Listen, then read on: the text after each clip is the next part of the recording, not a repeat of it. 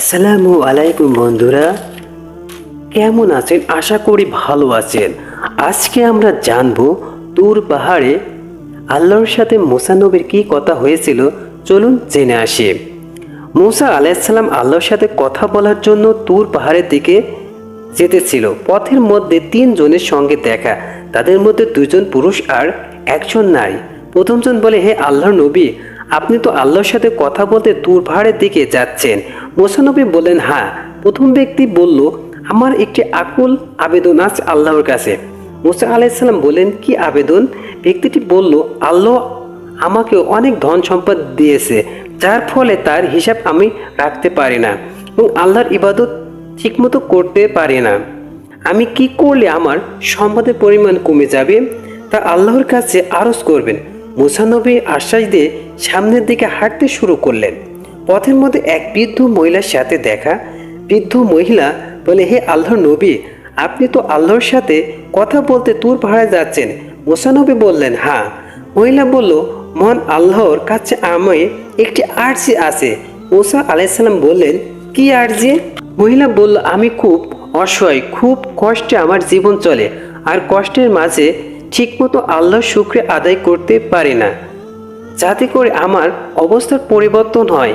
মুসা নবী আশ্বাস দিয়ে সামনের দিকে চলতে শুরু করলেন। এরপর তৃতীয় ব্যক্তি এক প্রতিবন্ধীর সাথে দেখা। তার মাথায় কোনো চুল নেই, অচল বললেই চলে। সে আল্লাহর নবী মুসা আলাইহিসসালামকে বললেন, হে মুসা, আপনি আল্লাহর সাথে কথা বলতে যাচ্ছেন? মুসা আলাইহিসসালাম বললেন, হ্যাঁ। তৃতীয় ব্যক্তি বললেন, আল্লাহর কাছে আমার কোনো অভিযোগ নেই, তবে আমার জানতে ইচ্ছে করে কেন আল্লাহ আমাকে সৃষ্টি করেছেন। মুসা আলাইহিস সালাম ভরসা দিয়ে সামনের দিকে চলতে শুরু করলেন। আল্লাহর সাথে মুসা নবীর কথা শেষ হলে প্রথম ব্যক্তির কথা বলে, আল্লাহ বলে, তাকে যে সম্পদ দেওয়া হয়েছে যেন তিনি তার শুকরিয়া আদায় না করে, তাহলে তার সম্পদ কমে যাবে। এবং মহিলার কথাটি জিজ্ঞাসা করে আল্লাহ তাআলা বলেন, মহিলাটি যেন বারবার আল্লাহর শুকরিয়া আদায় করে, তাহলে তার অবস্থার পরিবর্তন হবে।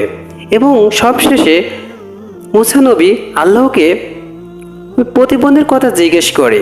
তখন আল্লাহ তাআলা বলেন যে জাহান্নামে একটি ফটক আছে, সেই ফটকটি তাকে দিয়েই বন্ধ করা হবে। সব কথা শেষ করে মুসা নবী রাস্তার দিকে চলতে শুরু করলেন। এরপর তৃতীয় ব্যক্তির সাথে দেখা হলো। তৃতীয় ব্যক্তি জিজ্ঞাসা করলো, হে মুসা, আমার প্রশ্নের উত্তর কোথায়?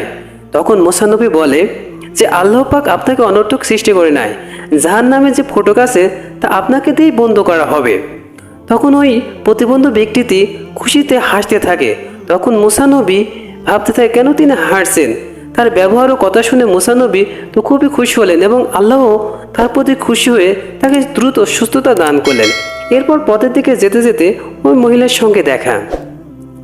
মহিলাটি বলে, হে মুসা, আমার প্রশ্নের উত্তর কোথায়? তখন মুসা নবী বলে, আল্লাহ আপনাকে বেশি বেশি আল্লাহর শুকরিয়া আদায় করতে বলছেন। তখন মহিলাটি বলে যে কষ্ট করে কি কখনো আল্লাহর শুকরিয়া আদায় করা যায়? আল্লাহ আমাকে কি দিয়েছে?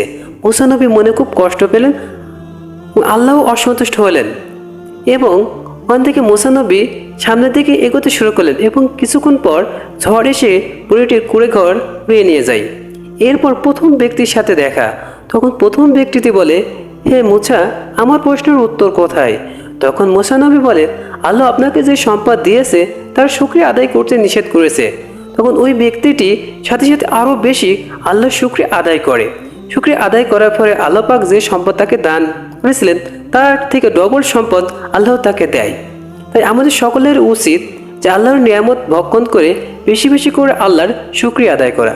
আসসালামু আলাইকুম বন্ধুরা, ভিডিওটি ভালো লাগলে শেয়ার করবেন।